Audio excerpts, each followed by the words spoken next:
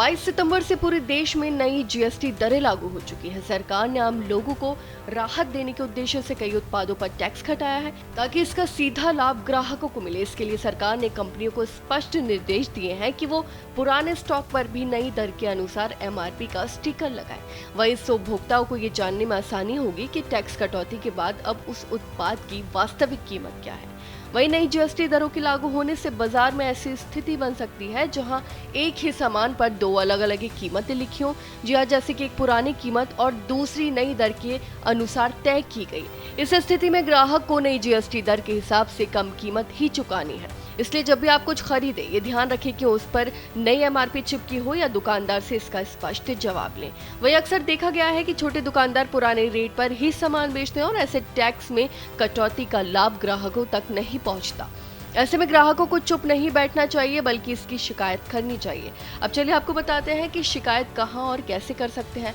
अगर कोई दुकानदार जीएसटी घटने के बाद भी आपसे ज्यादा पैसे वसूलता है या पुरानी कीमत पर सामान बेचता है तो आप इसकी शिकायत आसानी से कर सकते हैं। इसके लिए सरकार ने फ्री में शिकायत दर्ज कराने की सुविधा दी है, जैसे कि वेबसाइट के जरिए consumerhelpline.government.in पर जाएं, पहले रजिस्ट्रेशन करें, फिर ओटीपी से लॉगिन करें और शिकायत का पूरा विवरण भरें।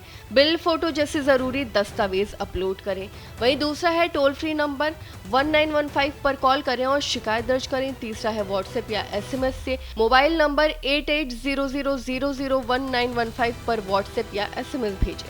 चौथा है मोबाइल ऐप के जरिए, जी हाँ, नेशनल कंज्यूमर हेल्पलाइन ऐप या उमंग ऐप से भी शिकायत की जा सकती है। इन सभी माध्यमों से की गई शिकायतें सीधे सरकार तक पहुंचती हैं और उन पर कार्रवाई भी होती है।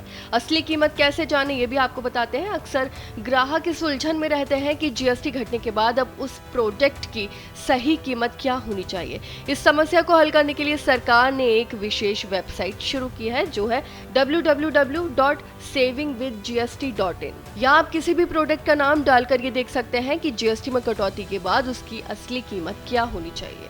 वही कुछ ऐसी बातें हैं जो आपको ध्यान में रखनी चाहिए, जैसे कि खरीदारी करते वक्त नई एमआरपी जरूर जांचें। वहीं दुकानदार अगर पुरानी कीमत वसूल रहा है तो बिल जरूर लें। शिकायत दर्ज करना आपका अधिकार है और इसके लिए सरकार ने कई सरल उपाय उपलब्ध कराए हैं। वहीं नई जीएसटी दरों का लाभ सीधे उपभोक्ता को मिलना चाहिए, न कि केवल दुकानदार या कंपनी को। नई जीएसटी दरों का उद्देश्य केवल टैक्स घटाना नहीं बल्कि उसका फायदा हर आम नागरिक तक पहुंचाना है। ऐसे में यदि आप जागरूक हैं तो न ही सिर्फ आप अपने पैसे बचा सकते हैं बल्कि सिस्टम को सुधारने में भी योगदान दे सकते हैं।